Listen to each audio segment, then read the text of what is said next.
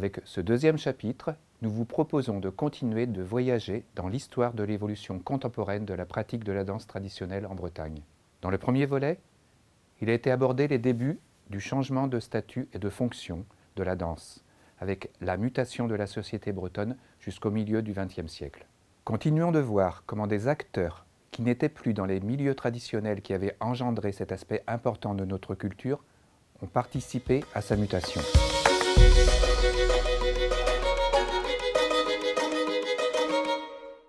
Loïs Repars, cette autre importante personnalité de la culture bretonne de l'après-guerre, laisse, entre autres, comme empreinte d'avoir été à l'origine de la relance et de la diffusion de la pratique du fest-noz moderne. Le fest-noz traditionnel se limitait à quelques cantons de la Haute-Cornouaille. En gros, l'ère de diffusion du corn à discan, technique de chant à danser a cappella pratiquée généralement à deux chanteurs.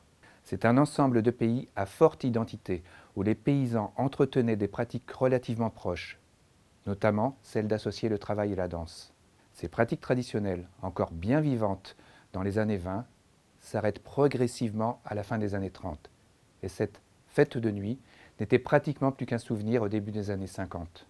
Loïs Repars, né à Poulaouen en 1921, est professeur de lettres à Quimper.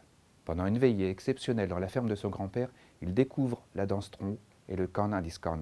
Il se met ensuite à rechercher les anciens chanteurs. En 1948, il chante en corn à discan, aux fêtes de Cornouailles, puis en 1949 à Le Crenan. Ce sera une révélation pour le mouvement. Son idée était surtout de relancer cette pratique. Dès 1954, il organise des journées et concours de corn à discan, se terminant par des bals. C'est à la fois un retour aux traditions et l'adaptation aux nouvelles conditions de vie sociale et économique. On y danse au corn à discan, relayé de temps en temps par des couples de sonneurs. Ce fest-noz, nouvelle formule, prend son essor définitif dès 1957 et se répand rapidement dans tout son territoire d'origine, puis progressivement à tout le pays bretonnant. Certains cercles celtiques en organisent à leur tour à partir de 1958. C'est dans ce cadre que se font entendre pour la première fois les frères Morvan, puis les sœurs Guadec. Parallèlement, Loïs Repars invente à Quimper, en 1958, le bal breton, conçu pour un public non paysan, avec podium, instruments divers et répertoire de toute la Bretagne. Le fest-noz, sous cette forme, commence dès lors à voler de ses propres ailes. Parti des campagnes finistériennes du Poer, le fest-noz moderne se répand d'abord dans les campagnes limitrophes qui ont connu la forme traditionnelle, puis avec le soutien du mouvement folk des années 70, le phénomène gagne des zones qui n'ont jamais connu cette forme et intègre des danses et répertoires de toute la Bretagne. Les nouveaux orchestres et les bagadous y jouent un rôle de plus en plus important. Il devient une pratique régionale, mais à la fin de la décennie, la vague folk retombant, le fest-noz se raréfie. Ce reflux se confirme pendant les années 80. Mais tout au long des années 90, le fest-noz connaît un nouveau dynamisme, soutenu cette fois-ci par la vague celtique. Le succès attire de plus en plus de jeunes, puis bientôt les touristes. Il deviendra ce que l'on connaît, et qui est relativement éloigné de sa forme originelle, le contexte n'étant plus tout à fait le même. De la veillée de réjouissance d'une communauté de travail paysan, on est passé à un bal à répertoire breton. C'est désormais une pratique actuelle de la danse traditionnelle en réunion festive, avec un public varié et des chanteurs et musiciens, mis en scène sur des podiums autour d'un répertoire de danse de toute la Bretagne. La fonction symbolique actuelle du fest-noz découle de sa constitution en tant que loisir et fonction identitaire manifeste. Maintenir les éléments d'une culture populaire régionale héritée d'une civilisation paysanne.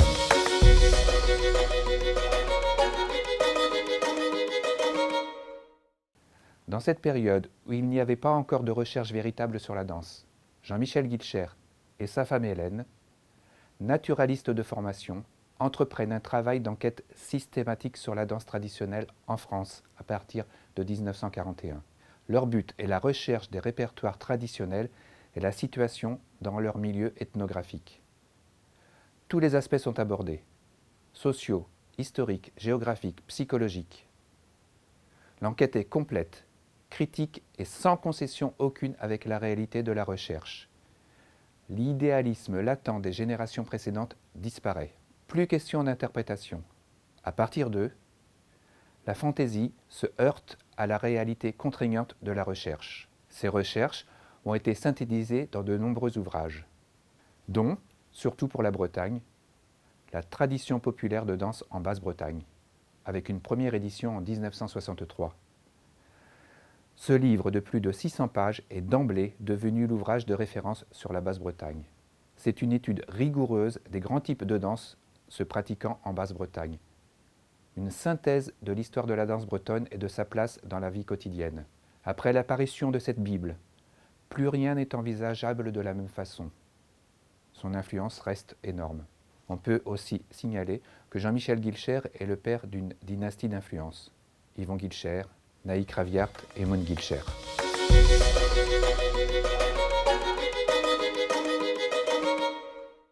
Dans un contexte, en France, de nouvelles définitions de l'art et de son rapport aux masses populaires, c'est l'époque de Jean Vilar et du TNP, et en écho au ballet populaire de propagande des pays de l'Est, tel que le ballet d'Igor Moseïev, se développe une démarche basée sur une dimension idéologique doublée d'une volonté esthétique et théâtrale. Le ballet populaire. En France, cela se traduit par des ensembles qui abordent les répertoires de toutes les provinces en même temps, avec des costumes stylisés, des mises en scène élaborées et une influence des ballets classiques où les danseurs deviennent des interprètes.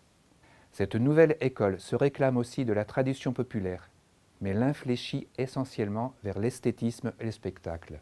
Les plus importants sont la Frérie, puis le Ballet national populaire de danse française, ballet fondé par Thérèse Palot et Jacques Douai et encouragé par le ministère de la Culture sous Malraux. La Compagnie populaire de danse française, lancée en 1965 par Michel et Michel Blaise, les ballets occitans de Toulouse, qui naissent en 1961, et les ballets populaires poitevins en 1967 avec André Pachet.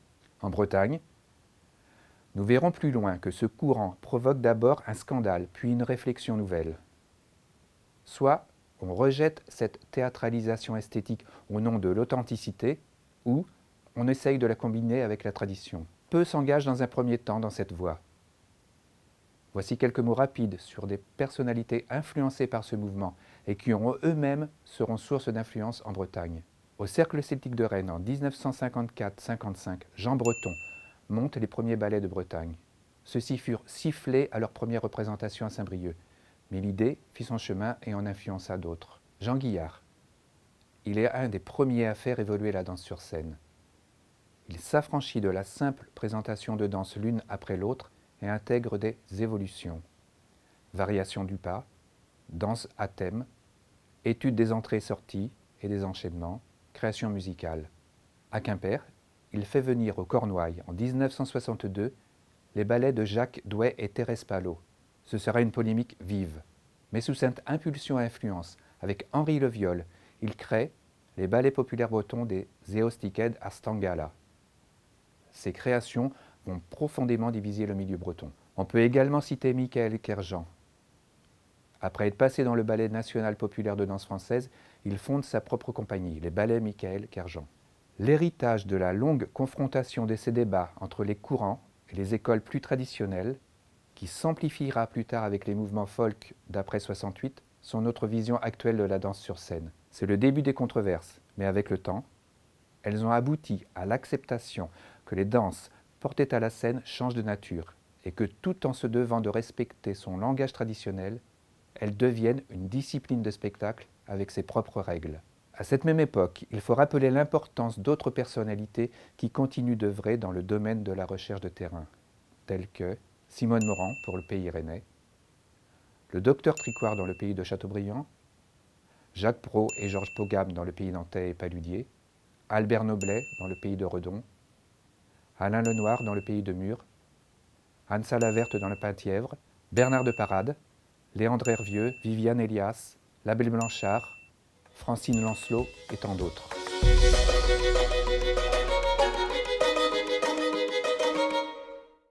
Le mouvement folk naît au lendemain de 1968 dans un contexte d'une nouvelle vision de la société. Ce mouvement est composite. Ses aspirations vont de la country à la musique cajun, en passant par les répertoires français traditionnels divers. On peut y voir une démarche militante de contre-culture et ou de revendication identitaire et de retour aux sources. Toujours est-il que ce vaste mélange d'approches différentes a contribué à un renouveau certain de l'intérêt de la danse. Le folk se retransmet par enseignement dans des ateliers et en discipline de loisirs. Il invente le bal folk, où sont abordés pêle-mêle tous les répertoires de France. En France, en 1969, s'ouvre à Paris le premier folk club français, le Bourdon, suivi par la Chanterelle à Lyon, et de nombreux autres un peu partout ensuite. C'est d'abord par l'influence des groupes musicaux que la danse revient en force. On peut citer comme figure d'importance au niveau de la musique John Wright, Catherine Perrier, Marc Perronne, Jean Blanchard, Jean-François Dutertre, ou des groupes comme La Bamboche, Mélusine, Malicorne, Perlin Pimpin Folk et tant d'autres. Ou au niveau de la danse, Yvon Guilcher, Naïk Raviart, Marie-Odile Chantran, Josiane Angelevin, Françoise Était pour le Limousin, Pierre Corbefin pour l'Occitanie. En Bretagne, au niveau de la danse, le mouvement folk a eu une influence moindre. Peu de folk clubs, comme à Rennes ou à Nantes, avec la Pibole et l'ADP à Brest. Les répertoires non bretons issus de ce mouvement n'ont que peu et tardivement pénétré la pratique de la danse hors scène et de loisirs, c'est-à-dire le fest-noz. Le bal folk est resté cantonné aux grandes agglomérations. Cependant, on peut affilier à cette période folk l'explosion pendant les années 1970 des groupes bretons musicaux. C'est ce que l'on a nommé la vague celtique. Elle est axée sur une revendication linguistique identitaire et de retour aux sources. Ces groupes musicaux ont contribué à promouvoir et à mettre à la mode la culture bretonne et ainsi à influencer le grand public en leur donnant de nouveaux goûts dans ce domaine. Alan Stivell, qui en électrifiant la musique bretonne en février 1972 à l'Olympia lui permit de se mondialiser en quelques années. Les Trianes, Gilles Servat, Glenn Mort, puis plus tard les frères Mollard, Éric Marchand, Jan van Schemener, Melaine Favennec et tant d'autres. Il est amusant de voir que c'est seulement dans les années 2000 que certaines de ces danses relancées pendant cette période folk arrivent en fest-noz, en étant digérées par la force de l'identité bretonne, telles que les bourrées ou bien la chapelloise par exemple.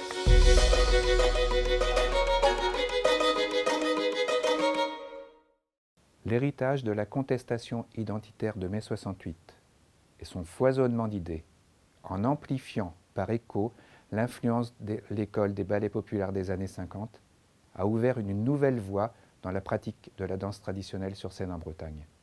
À partir du milieu des années 70, il y a une réelle réflexion autour de la création et de la culture vivante. La danse devient un élément d'une culture globale. Elle entre dans une sphère militante. Elle se doit aussi d'être sur scène un message en s'insérant dans la culture contemporaine. Le débat se porte désormais sur le rapport démarche populaire-évolution. Parallèlement à la majorité des groupes et cercles classiques, à vocation fête traditionnelle, défilés, spectacles de scène à simple présentation de danse séquentielle l'une après l'autre, qui deviennent de plus en plus nombreux, il se développe petit à petit, à partir des années 72-75, une émergence de groupes qui entreprennent cette réflexion différente. Les essais et débats se multiplient autour du souci de développer la tradition et l'évolutif sur scène. Et les différences et les incompréhensions à cette époque entre les groupes seront importantes. La danse devient évolutive. Cela se traduit par l'introduction de créations autour du pas et de la figure, et par une réelle prise en compte de l'espace scénique et du spectacle en tant que tel. L'accompagnement musical créatif n'est plus autour de la musique symphonique, comme dans les ballets des années 50, mais s'inspire de l'émergence de nouvelles idées d'adaptation de la musique bretonne. Il y a prise en compte du corps du danseur en tant qu'individu contemporain et abandon du costume traditionnel pour le costume de scène. Ainsi, à cette époque, dans un même esprit de recherche et de qualité, les cercles d'importance empruntaient des voies plus ou moins radicales, mais toutes aussi novatrices. Mais il y a eu aussi l'expérience des ballets Dihun à Redon avec Lionel Lenné. Dihun va très loin dans cette expérimentation scène-danse. Spectacle avec costumes modernes d'inspiration traditionnelle et adapté à la scène. Musique composée. mise en scène thématique de plus en plus chorégraphique, incorporation de gestuels corporels et travail autour du corps, décor de scène important, message politique. En finalité, à l'issue de cette période, le résultat de ces tentatives et débats est que plus aucun groupe ne peut se dispenser d'un aménagement scénique minimal. Le caractère spectaculaire de la représentation scénique de la danse ne pourra plus être nié.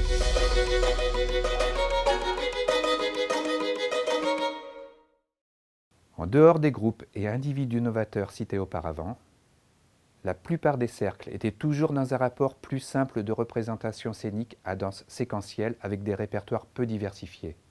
Mais petit à petit, l'héritage des ballets populaires et les expérimentations de la génération de la décennie précédente gagnent du terrain. Malgré la raréfaction des sources, les travaux de recherche continuent. Par exemple, en 1975, un colloque de chercheurs de Haute-Bretagne établit une nomenclature et une carte des danses de Haute-Bretagne. Les confédérations, comme Kendall, Varler et Dastum, mettent à disposition d'un public croissant et demandeur le résultat de recherches de plus en plus efficaces. La pratique des stages se renforce, les fiches techniques se diffusent, la formation des danseurs et moniteurs continue de s'organiser. Les répertoires se spécialisent et augmentent. À partir du milieu des années 80, avec l'influence grandissante des concours, le niveau des cercles augmente régulièrement. Ainsi, en Bretagne, l'émulation et la concurrence du concours devient le moteur principal de perfectionnement et d'évolution de la danse traditionnelle sur scène. Désormais, sans aucun complexe, la danse bretonne devient spectacle à part entière. Tout ce qui peut contribuer au caractère spectaculaire de la danse est désormais pris en compte. Cette évolution a comme première conséquence d'amener les groupes les plus dynamiques à de plus en plus de rigueur dans l'apprentissage puis l'exécution de la danse. Les conditions d'accès à la scène évoluent rapidement. Les spectacles de danse utilisent dorénavant les possibilités de techniques d'éclairage et de sonorisation. À contre-pied des années 75-85, le costume évolutif est abandonné et tout en s'adaptant de plus en plus à la scène, il redevient traditionnel. Parallèlement, après le foisonnement des années 70-80, le niveau musical augmente considérablement. Les raisons sont nombreuses, avec entre autres Dastum et ses recherches, ou la professionnalisation croissante des groupes animant les festoonos. Et enfin, la mise en scène est désormais de plus en plus réellement étudiée et diversifiée avec de nouveaux composants. La théâtralisation, l'humour, la thématique, la prise en compte grandissante de la gestion de l'espace. Mais la chorégraphie en reste l'élément principal. À partir de la matière traditionnelle, les propositions de création autour du pas ou de la forme de la danse sont de plus en plus innovantes.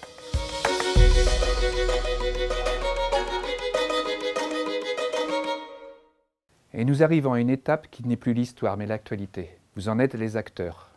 En un siècle, la danse traditionnelle en Bretagne a digéré et assumé son changement de statut et de fonction dû aux modifications profondes de la société bretonne. Il y a eu disparition des milieux traditionnels ayant engendré cette pratique de danse où elle était savoir ordinaire et faisait partie du mode de vie. Puis, il y a eu processus d'appropriation par des milieux qui n'étaient plus dans ces mêmes modes de vie, mais avec une logique identitaire comparable, et qui ont pris conscience de cette pratique et ont essayé de la maintenir et de la conserver. Les chercheurs, les mouvements organisés et les groupes scéniques. Actuellement, dans une logique d'identification culturelle, on est dans une pratique de la danse désormais associée à une société de loisirs. Le fest-noz permet à ceux qui le veulent d'exprimer cette identification par la danse. Et il y a multiplication des ateliers de loisirs et de stages. Et parallèlement, il y a toujours continuité de l'importance du spectacle, axé autour de la création à base traditionnelle sur scène avec encore plus d'exigence. Et pour cette pratique de scène, nous sommes à une étape où on est désormais rompu à la mise en scène et où la synthèse de la création et de la tradition ne provoque plus de débat. La tendance actuelle est d'exploiter de plus en plus cette voie. La danse est devenue à part entière un art de la scène. Quelle sera son évolution ? Quelle sera la prochaine étape ? Le métissage avec d'autres emprunts extérieurs à notre culture continuera-t-il d'être fructueux ? L'avenir est entre vos mains et bien sûr vos pieds. Et si ce MOOC vous a intéressé, et si vous voulez en savoir encore plus, n'hésitez surtout pas à aller sur mooc.fr. podcast.bzh.